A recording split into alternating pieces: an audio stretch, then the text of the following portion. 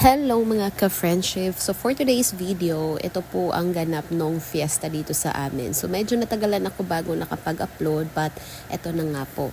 So yan, bisperas po yan ng fiesta. Lahat ay busy at naghahanda at yan at dineliver na rin yung mga tables and chair na ni-rent namin. So yung anak ko nagpapakarga. Ganyan talaga yung pag bagong gising nagpapakarga. Anyway, ayan na nga po at naghahanda na sila ng mainit na tubig para dito sa nilapan nila na baboy para ipaghanda sa fiesta. So yan, tulong-tulong po sila dyan. At madalas talaga pag ganyang mga gawain mga lalaki talagang nakatoka. Kaya lang ayan at bigla namang bumuhos yung napakalakas na ulan. So sabi ko nga niya, naku paano ba yan umuulan? Baka hindi maubos yung pagkain sa fiesta. So anyway, yung fiesta pa lang yan is para dito sa mother-in-law ko, so sa mga biyanan ko. At yan nga, at medyo nahirapan sila at first. But ito naman ako sa bahay, habang umuulan is gumagawa naman ako ng sideline. So yan, may ginawa at may pinrint ako na wedding invitation. So kahit papaano is income din yan. And at the same time, ginagawa ko din yung sideline para meron akong extra income. So anyway, sa mga hindi nakakaalam is yan din po ang isa sa hilig ko, yung mga designing o ano pa man. So nangangarap din ako na balang araw makakapagpatayo ako ng printing press or printing shop na yung pwede kang mag-cater ng kung ano-anong printing jobs at kung mga anong graphic designs. So balang araw i-claim natin yan. So mangyayari din yan. So pagkatapos niyan, dito naman ako nag-umpisa sa mga hiwain. So yan palang hinihiwa ko is mga gulay yan para sa lumpia. So gagawa kami ng mga ilang pirasong lumpia. 200 pieces yata yung gagawin namin. Tapos yan, inano na lang namin ng mga gulay baga hindi na kami bumili ng mga nakahiwa na kasi medyo mahal, kaya sa isip ko is mas mura naman yung mas mura yung ikaw ang hihiwa, kaya lang yun nga lang medyo matrabaho. But anyway, sa bahay po yan ng biyanan ko. Sabi ko nga kasi sila yung may fiesta pero tumutulong kami kasi kahit pa paano meron din kaming mga bisita na dumarating. So kahit papano is makatulong man lang sa mga gawain ng before ng fiesta. So, ang Dispiras talaga ang araw na pinaka madaming gawain. So, kinagabihan, ayan na po sila. So, medyo nag-disco tayo nung kinagabihan para mag-enjoy naman sa Dispiras. Kasi yun yung pinaka magandang mag-disco. Yun yung pinaka magandang pumunta sa diskohan kasi medyo madaming tao at saka enjoy na enjoy. So, yan po. Panoorin niyo yung mga galawan moves ng ating mga Repa Pips.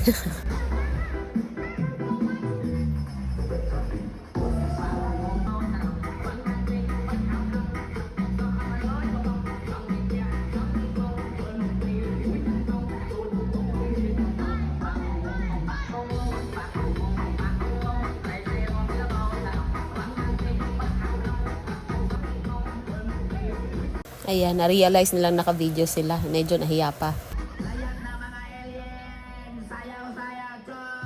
So, ayan na nga, ito is umaga na ng fiesta. So, medyo maaga silang gumising. Kami, medyo tinanghali kami ng gising. So, ayan, nagluluto na at halos lahat ng mga putahe is luto na. Yung iba naman is medyo hinahanda pa. So, ayan, ano bang tawag dito? Adobawo. Yan yung may tomato paste, tomato sauce na medyo mapula. At yan naman po hinahanda nila yung para sa lechon. At yung mga lamesa natin, ayan, na kasi nga umulan kagabi. Kaya medyo basa, kaya ayan, inayos na.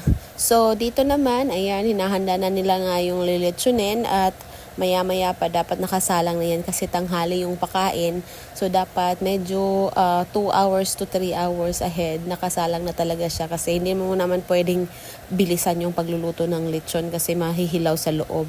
So, ayan yung madam namin, si Lola. Ayan. So, tamang nood lang si Lola kasi medyo matanda na rin kasi si Lola, 92 years old. So, mahirap naman utos-utusan mo o kaya mahirap naman tumulong siya. Mamaya masubsob yan. So, yan. Sit down lang si Lola. Tsaka, tagaptikim namin yan.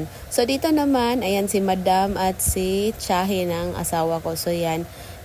Sila ng karne para doon sa gagawin na next na putahe. So, yan na nga, ready na yung lilitsunin nila. So, dito naman is tuloy-tuloy lang yung pagpapakulo para maluto. So, dito naman po is, ayan, ready na talaga. Tapos, nagdagdag lang siya dyan ng mga sahog doon sa niluluto niya para mas masarap. So, okay din yung mga talent nila kasi talagang gamit na gamit pagdating sa fiesta. So, bibihira lang kasi yung talagang magaling sa pagluto ng maramihan. So, doon naman is nagbabaga na sila para dyan sa lilitsunin.